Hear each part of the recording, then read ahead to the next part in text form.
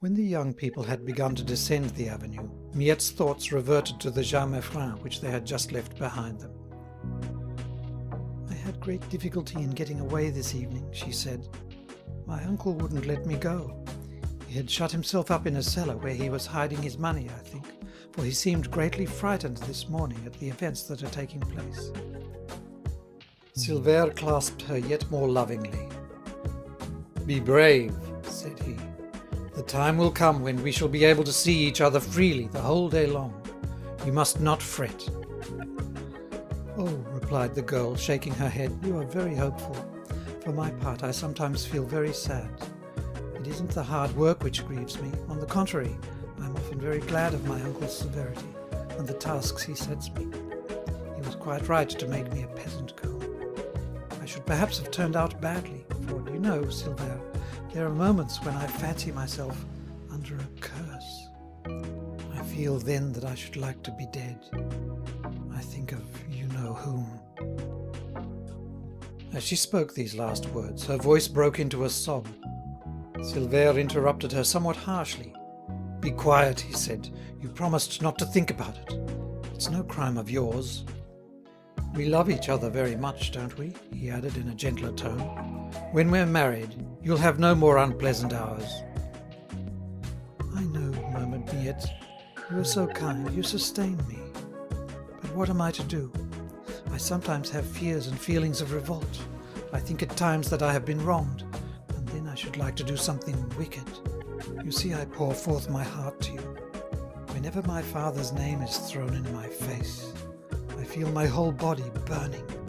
When the urchins cry at me as I pass, 'Hé, la Chantegreil!' I lose all control of myself, and feel that I should like to lay hold of them and whip them." After a savage pause, she resumed, "As for you, you're a man. You're going to fight. You're very lucky." Silvère had let her speak on. After a few steps, he observed sorrowfully, "You're wrong, Miette. Yours is bad anger. You shouldn't rebel against justice. As for me, I'm going to fight in defense of our common rights, not to gratify any personal animosity." "All the same," the young girl continued, "I should like to be a man and handle a gun. I feel that it would do me good." Then, as Silvère remained silent, she perceived that she had displeased him. Her feverishness subsided, and she whispered in a supplicating tone, "You are not angry with me, are you? It's your departure which grieves me and awakens such ideas. I know very well you are right, that I ought to be humble." Then she began to cry, and Silvère, moved by her tears, grasped her hands and kissed them. "See now how you pass from anger to tears, like a child," he said lovingly. "You must be reasonable. I'm not scolding you. I only want to see you happier, and that depends largely upon yourself." The remembrance of the drama which Miette had so sadly evoked cast a temporary gloom over the lovers. They continued their walk with bowed heads and troubled thoughts. "Do you think I'm much happier than you?" Silvère at last inquired, resuming the conversation in spite of himself. "If my grandmother had not taken care of me and educated me, what would have become of me? With the exception of my uncle Antoine, who is an artisan like myself and who taught me to love the Republic, all my other relations seemed to fear that I might besmirch them by coming near them." He was now speaking with animation, and suddenly stopped, detaining Miette in the middle of the road. "God is my witness," he continued, "that I do not envy or hate anybody. But if we triumph, I shall have to tell the truth to those fine gentlemen. Uncle Antoine knows all about this matter. You'll see when we return. We shall all live free and happy." Then Miette gently led him on, and they resumed their walk. "You dearly love your Republic?" the girl asked, essaying a joke. "Do you love me as much?" Her smile was not altogether free from a tinge of bitterness. She was thinking perhaps how easily Silvère abandoned her to go and scour the countryside. But the lad gravely replied, "You are my wife, to whom I have given my whole heart. I love the Republic because I love you. When we are married, we shall want plenty of happiness, and it is to procure a share of that happiness that I'm going away tomorrow morning. You surely don't want to persuade me to remain at home." "Oh no," cried the girl eagerly. "A man should be brave. Courage is beautiful. You must forgive my jealousy. I should like to be as strong-minded as you are. You would love me all the more, wouldn't you?" After a moment's silence, she added with charming vivacity and ingenuousness, "Ah, how willingly I shall kiss you when you come back." This outburst of a loving and courageous heart deeply affected Silver. He clasped Miette in his arms and printed several kisses on her cheek. As she laughingly struggled to escape him, her eyes filled with tears of emotion. All around the lovers, the country still slumbered amid the deep stillness of the cold. They were now halfway down the hill. On the top of a rather lofty hillock to the left stood the ruins of a windmill, blanched by the moon. The tower, which had fallen in on one side, alone remained. This was the limit which the young people had assigned to their walk. They had come straight from the faubourg without casting a single glance at the fields between which they passed. When Silver had kissed Miette's cheek, he raised his head and observed the mill. "What a long walk we've had!" he exclaimed. "See, here is the mill. It must be nearly 9:30. We must go home." But Miette pouted. "Let us walk a little further," she implored. "Only a few steps, just as far as the little crossroad, no farther, really." Silver smiled as he again took her round the waist. Then they continued to descend the hill, no longer fearing inquisitive glances, for they had not met a living soul since passing the last houses. They nevertheless remained enveloped in the long pelisse, which seemed, as it were, a natural nest for their love. It had shrouded them on so many happy evenings. Had they simply walked side by side, they would have felt small and isolated in that vast stretch of country, whereas blended together as they were, they became bolder and seemed less puny. Between the folds of the pelisse they gazed upon the fields stretching on both sides of the road, without experiencing that crushing feeling with which far-stretching callous vistas oppress the human affections. It seemed to them as though they had brought their house with them. They felt a pleasure in viewing the countryside as from a window, delighting in the calm solitude, the sheets of slumbering light, the glimpses of nature vaguely distinguishable beneath the shroud of night and winter. The whole of that valley indeed, which while charming them could not thrust itself between their close-pressed hearts. All continuity of conversation had ceased. They spoke no more of others, nor even of themselves. They were absorbed by the present, pressing each other's hands, uttering exclamations at the sight of some particular spot, exchanging words at rare intervals, and then understanding each other but little, for drowsiness came from the warmth of their embrace. Silver forgot his republican enthusiasm. Miette no longer reflected that her lover would be leaving her in an hour, for a long time, perhaps forever. The transports of their affection lulled them into a feeling of security, as on other days, when no prospect of parting had marred the tranquillity of their meetings. They still walked on, and soon reached the little crossroad mentioned by Miette, a bit of a lane which led through the fields to a village on the banks of the Viorne.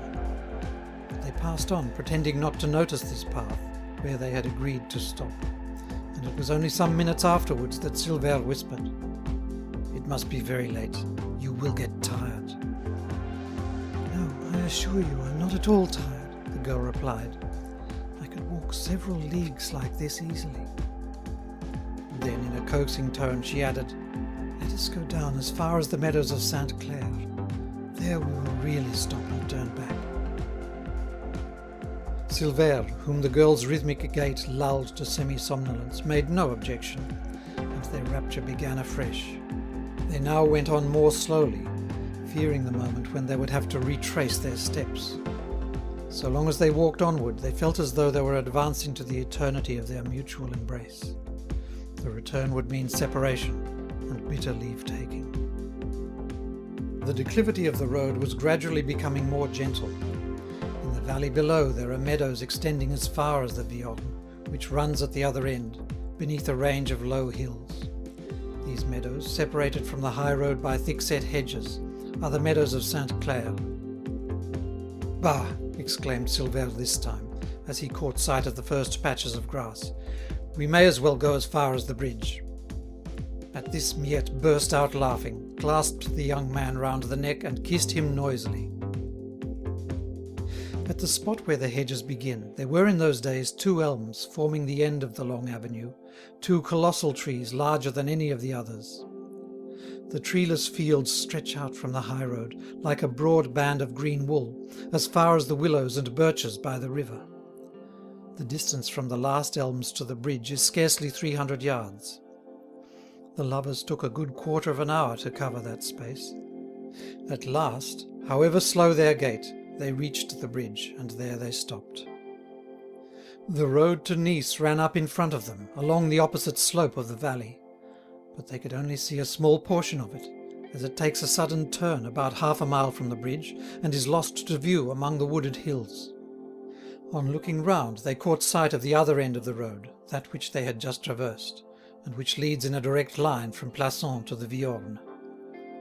In the beautiful winter moonlight, it looked like a long silver ribbon, with dark edgings traced by the rows of elms. On the right and left, the ploughed hill land showed like vast grey, vague seas intersected by this ribbon, this roadway white with frost, and brilliant as with metallic lustre. Up above, on a level with the horizon, lights shone from a few windows in the faubourg, resembling glowing sparks. By degrees Miette and Silver had walked fully a league. They gazed at the intervening road, full of silent admiration for the vast amphitheatre which rose to the verge of the heavens, and over which flowed bluish streams of light, as over the superposed rocks of a gigantic waterfall. The strange and colossal picture spread out amid death-like stillness and silence. Nothing could have been of more sovereign grandeur. Then the young people, having leant against the parapet of the bridge, gazed beneath them. The Viorne, swollen by the rains, flowed on with a dull, continuous sound. Up and down stream, despite the darkness which filled the hollows, they perceived the black lines of the trees growing on the banks. Here and there glided the moonbeams, casting a trail of molten metal, as it were, over the water, which glittered and danced like rays of light on the scales of some live animal. The gleams darted with a mysterious charm along the grey torrent, betwixt the vague phantom-like foliage. You might have thought this an enchanted valley, some wondrous retreat where a community of shadows and gleams lived a fantastic life. This part of the river was familiar to the lovers. They had often come here in search of coolness on warm July nights. They had spent hours hidden among the clusters of willows on the right bank, at the spot where the meadows of Sainte Claire spread their verdant carpet to the waterside. They remembered every bend of the bank, the stones on which they had stepped in order to cross the Viorne, at that season as narrow as a brooklet, and certain little grassy hollows where they had indulged in their dreams of love. Miette, therefore, now gazed from the bridge at the right bank of the torrent with longing eyes. "If it were warmer," she sighed, "we might go down and rest a while before going back up the hill." Then, after a pause, during which she kept her eyes fixed on the banks, she resumed, "Look down there, Silver, at that black mass yonder in front of the lock. Do you remember? That's the brushwood where we sat last Corpus Christi Day." "Yes, so it is," replied Silver softly. This was the spot where they had first ventured to kiss each other on the cheek. The remembrance just roused by the girl's words brought both of them a delightful feeling, an emotion in which the joys of the past mingled with the hopes of the morrow. Before their eyes, with the rapidity of lightning, they passed all the delightful evenings they had spent together, especially that evening of Corpus Christi Day, with the warm sky, the cool willows of the Viorne, and their own loving talk. And at the same time, whilst the past came back to their hearts full of a delightful savour, they fancied they could plunge into the unknown future, see their dreams realized, and march through life arm in arm, even as they had just been doing on the highway, warmly wrapped in the same cloak.